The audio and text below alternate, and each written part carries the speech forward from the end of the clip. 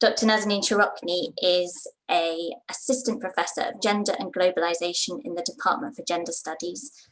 This morning, she'll be drawing on her latest book, Women in Place, The Politics of Gender Segregation in Iran, and also a recent paper she wrote on the impact of US sanctions on Iranian households. And after her talk, we will have hopefully a few minutes at least for questions. So please do, if you think of any, write those in the chat and we'll come to those at the end. But without further ado, I will hand over to Nazanin. Thank you for joining us this morning. Thank you very much, Louise. Hello, everyone. Let me start off by actually thanking Louise for graciously and patiently following up with each one of the speakers in this series to make this event happen. So I appreciate that, Louise, and I appreciate the opportunity to be with you all here, although I would have preferred that we actually shared a cup of coffee or tea together in a room. For this talk, I've decided to give you a general overview, quite ambitious, of my work and intellectual trajectory rather than focusing on one single project. So let me just share my screen.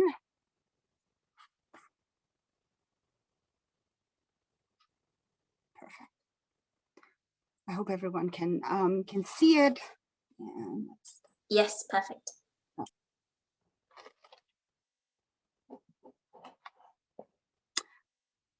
So my work to date could be clustered around two main themes.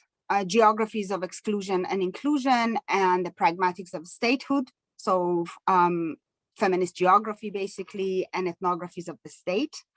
And then a second cluster where I deal with geopolitics of gender inequality.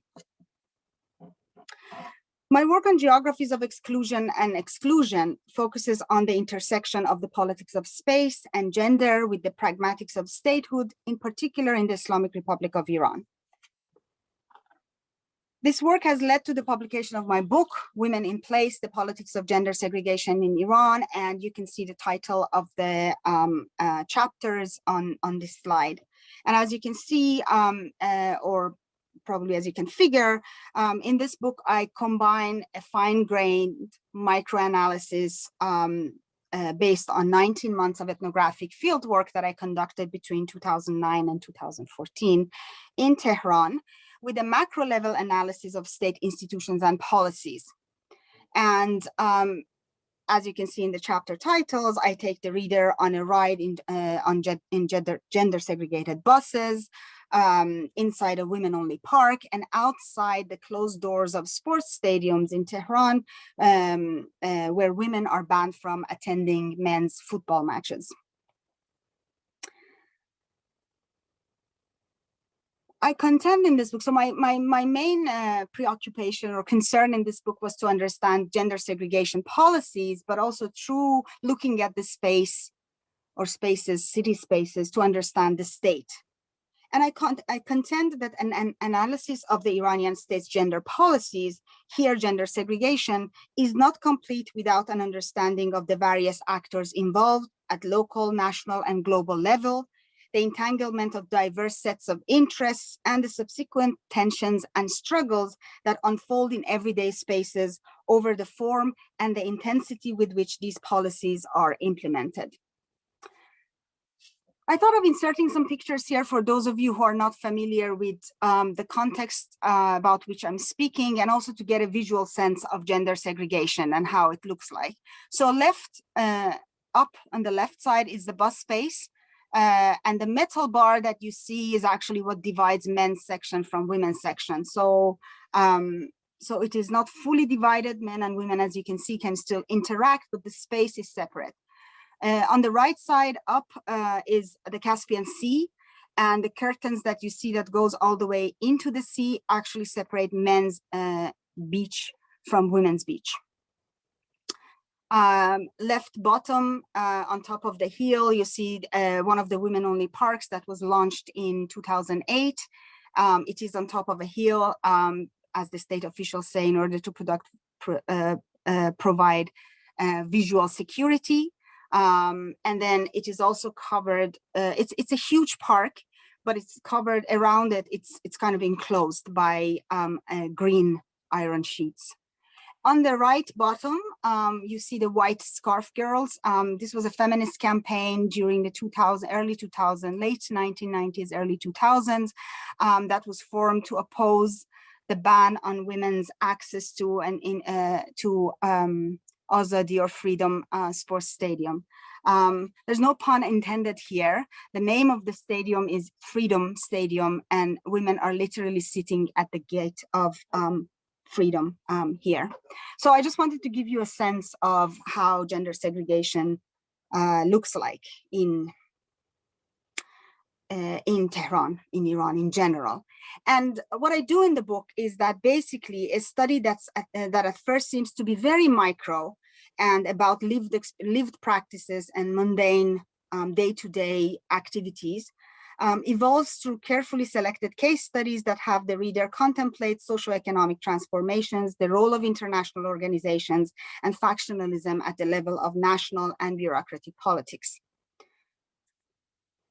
This is basically, this slide is the summary of my argument in the book. What we see, or what I contend in Iran, going over these case studies, is that gender segregated spaces shifted from functioning as spaces of exclusion aimed at restricting women's movement in the city, which was the predominant regime of gender segregation during 1980s, and I call it exclusive gender segregation regime, to spaces of inclusion, allegedly to facilitate their presence in urban public spaces. And this is the predominant regime of gender segregation in the 2000s that I call inclusive gender segregation regime. And maybe during Q&A, hopefully there will be time, and I look forward to it, we can discuss. But basically what I'm trying to provoke here, or the provocative aspect of my argument, is that I'm trying to decouple physical segregation from social exclusion.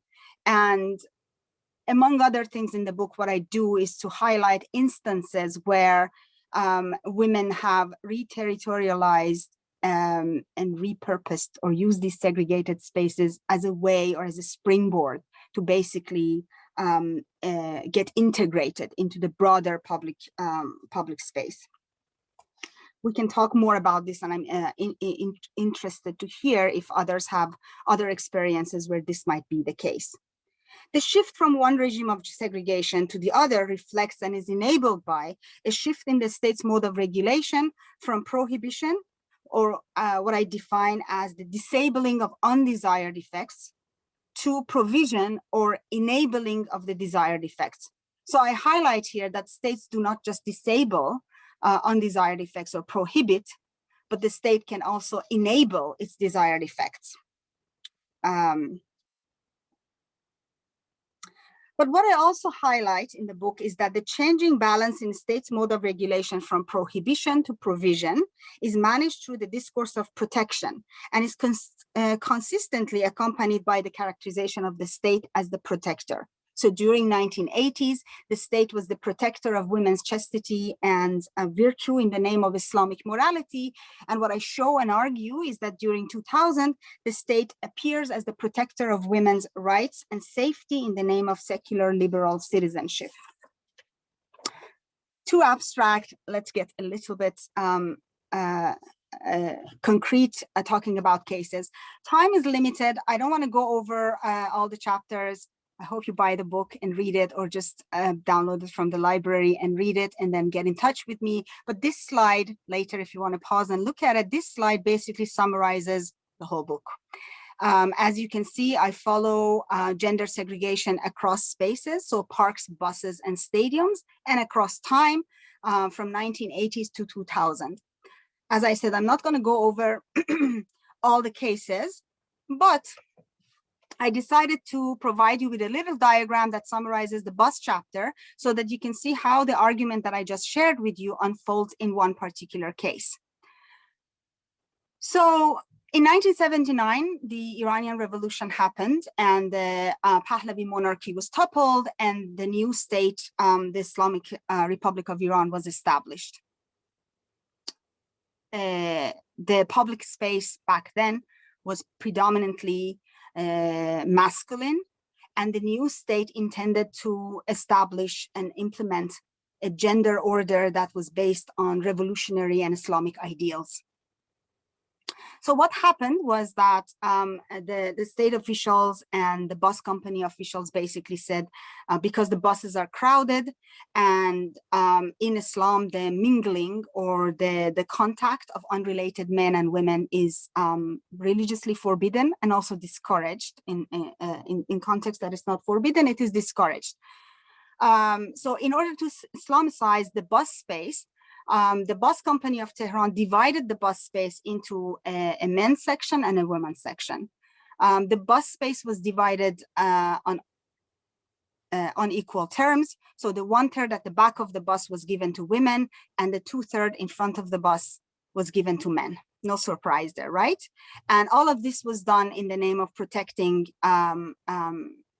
Islamic morality and women's chastity. But there is so the social political context changes, and the bulk of my book actually is about transitions and transformations during the 1990s, and I refer to the 1990s as the decade of feminization of public spaces. And by feminization, I don't mean that necessarily women outnumbered men in public spaces of Tehran, but the public space became increasingly feminized. So women were entering public spaces as workers, as students. Women in Iran still constitute more than half of university level students. So as you can see, higher education was feminized, and also as consumers. So then the state basically is in a position where it has to respond to the changes that has happened in the policy context, because what the state is faced with is a femininity that's no longer homebound, that's mobile and active. So in another article, not in the book, but in another article with a colleague, we call these policies patriarchal accommodations, because the state is in a situation where it needs to accommodate the changing definitions and patterns of femininity and masculinity, yet it does so in a way that patriarchal, patriarchy basically is reproduced and gender domination is consolidated. So this second regime of segregation, what we see, it actually appears as the expansion of women-only spaces. So women's access to public spaces are expanding just as the state is reinforcing its gender segregation policies. And this was kind of counterintuitive when I started doing my research. How does the state respond to this kind of mobile and active femininity? The bus space gets divided. It wasn't just that. Another thing that I did was that I followed, there was a lot of complaints and demands from the bottom as well. So women were complaining on the buses, they were complaining to the bus company. I followed letters to the editors that were published in prominent women's magazines in Iran, but also daily newspapers where women were complaining about the shortage of space. So the state steps in. But the reason the state can step in at this moment, and I talk about this a little bit later, is because they privatized the bus company with the help of the World Bank and UN Habitat, and that provided the state with resources to expand and equip bus lines. So what happens is that during the 2000s, we see that the bus space becomes is divided into equal halves. Half of the bus belongs to men, half of it to women. And when the bus company of Tehran launched bus rapid transits, BRTs, they actually flipped the sections. So women in BRTs, women sit in front and men sit at the back. Also for a short while, the municipality of Tehran launched women-only buses, meaning that they hired female bus drivers and who were giving ride to female bus riders and passengers during rush hours. So as you see, as gender segregation policies or gender segregated spaces expand, so does women's access to and presence in public spaces. And you can see the change in discourse. So what happened was that during the 2000s, the expansion of gender segregation, or rather its consolidation, was justified no longer on the basis of Islamic morality, but if you follow the official discourses, what they were saying was that the state is protecting women's personal space. The state is protecting women from men's sexual harassment. And even if you're not from Iran or the Middle East, I know this discourse has currency, and this is something that I'm pursuing in a project that's not about Iran later on. But you can see how the state is reinserting itself as the protector of women's rights to harass-free rights. All right, I'm gonna move on. So hold on to this case. The second body of work, which is on the geopolitics of gender inequality, was prompted by the lack of substantive discussion on the gender dimensions of transnational politics and their local incarnations. This strand of work aspires to bring about reflections on how women are represented, seen, and heard or not in transnational politics and how they're impacted by it. An example here is a recent article that I published, Bursting at the Seams, Economic Sanctions and Transformation of the Domestic Sphere in Iran. This was part of a larger initiative and project at the School of Advanced International Studies at Johns Hopkins University in the United States. And in this article, I focus on what is neglected in sanctions studies, the domestic setting, and on the way the household, absorbing the shocks of sanctions, becomes the locus of productive, reproductive, and emotional labor and work, but also experiences multiple strains in the form of the reduction of its economic capacity, the depletion of its care infrastructure, and the unsettling of interpersonal relations and emotional connections. So basically in this research, I bring women to the foreground of sanctions studies. And this research, this article is based on around 40 semi-structured interviews that I did with middle-class Tehrani women during 2020, asking them to reflect on the ways their lives adjusted during the past 5 years. Why the past 5 years? Because 5 years ago, Iran has been under US economic sanctions since 1979. But 5 years ago, basically, the Trump administration withdrew from the nuclear deal and the nuclear agreement and the joint plan of action, and reinforced and extended sanctions on Iran, which resulted in price inflation and a lot of other complications. But mostly my interviews were around the notion of geruni, which in colloquial Farsi means actually price inflation. So what influence did this have on gender relations and household structures? It is obvious that men's and women's integration in the labor market has been undergoing considerable changes, but changes engulfed much more than the formal labor market, extending to the household and the domestic sphere. Pressures from several directions on the household as the site of social reproduction have strained key social capacities, notably those related to birthing and raising children, caring for family members, maintaining households and broader communities, and sustaining connections more generally. So what in the West or in Western Europe now or in the United States is, because of COVID, is considered a crisis, a temporary crisis, has been kind of a chronic aspect of life in Iran for the past several decades. But again, let me give you an example to lighten up the discussion. Resource constraints push women to take on more work, not only because households decide to stop employing people for domestic tasks. Remember, I interviewed middle-class women. And so one of the ripple effects of sanctions that we see is that middle-class women stopped hiring working class women as domestic workers. And so that's one of the ripple effects of sanctions. But also the middle class women themselves were forced to use the remaining resources, such as food or clothing budgets, more efficiently.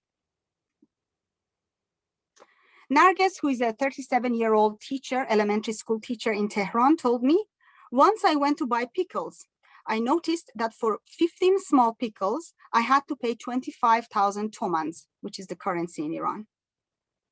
I bought 3 kilos of cucumber instead, made the pickles myself, and managed to give a few jars to my friends and relatives as well. It made me proud because I saved a lot of money. I even joked with my husband that if people Really like my pickles, maybe I can start a home business. So you never thought pickles and economic sanctions and austerity might feature in one lecture and in one talk. To ensure that her family continued having pickles, or any other food for that matter, at the dinner table without exceeding the budget, Nargis decided to spend more time and do more work buying the raw materials and making the finished product herself, instead of buying the considerably more expensive off-the-shelf packaged product. So you see where I'm going with this. This and similar examples show how geruni, or price inflation, can lead to time poverty and physical and emotional fatigue, and how that is particularly gendered. After this rather long preamble, and since I only have maybe a minute or two left, let me just wrap up by bringing these two clusters of research together. Both bodies of work reflect, or rather start, with my dismay when confronting tropes of discussing the Iranian women in both journalistic and scholarly accounts, particularly in the United States, in the UK, and Europe, where Iranian women and their agency are either absent and constantly erased, so are presented as victims, or are acknowledged within the narrow framework of heroic efforts and militancy, so represented as feminist activists or militant activists. If we were in the same room, I would have gone around the room asking you to name one or two, the names of one or two Iranian women that you know or whose stories you've heard, and you would have gotten the point that I'm mentioning here. But drawing on this binary of victim versus militant activist, I argue, we lose a whole array of life experiences. The lives Iranian women have lived are much more complex than the ones prescribed for them by the Islamic Republic and perceived by foreign observers. The reality has been reduced in many accounts that are out there to a monochrome and monotone existence. So I wanted to challenge this trend by animating their lives. In both works, as you noted, I point out gender harm, but I also highlight women's resourcefulness, inventiveness, and creativity. So don't forget the pickle. In both bodies of work, I adopt an approach that challenges what is referred to as methodological nationalism. The dynamics that I examine are, of course, pertaining to Iranian society and the state, and influenced and shaped by Islamic doctrines, rules, and ideologies, yet they cannot be fully or adequately grasped without examining processes and actors outside Iran. So in the bus case that I discussed, I did highlight a little bit in passing the role of the World Bank and UN Habitat. Therefore, in order to comprehend a woman's transport routes, the patterns of her movement in everyday spaces, with all their possibilities and limitations, one needs to extend out and look for factors that are not necessarily located within Iran's borders. Similarly, to gauge the impact of sanctions on Iran's society adequately, it is important to turn attention to the domestic sphere and the largely invisible domain of reproductive labor.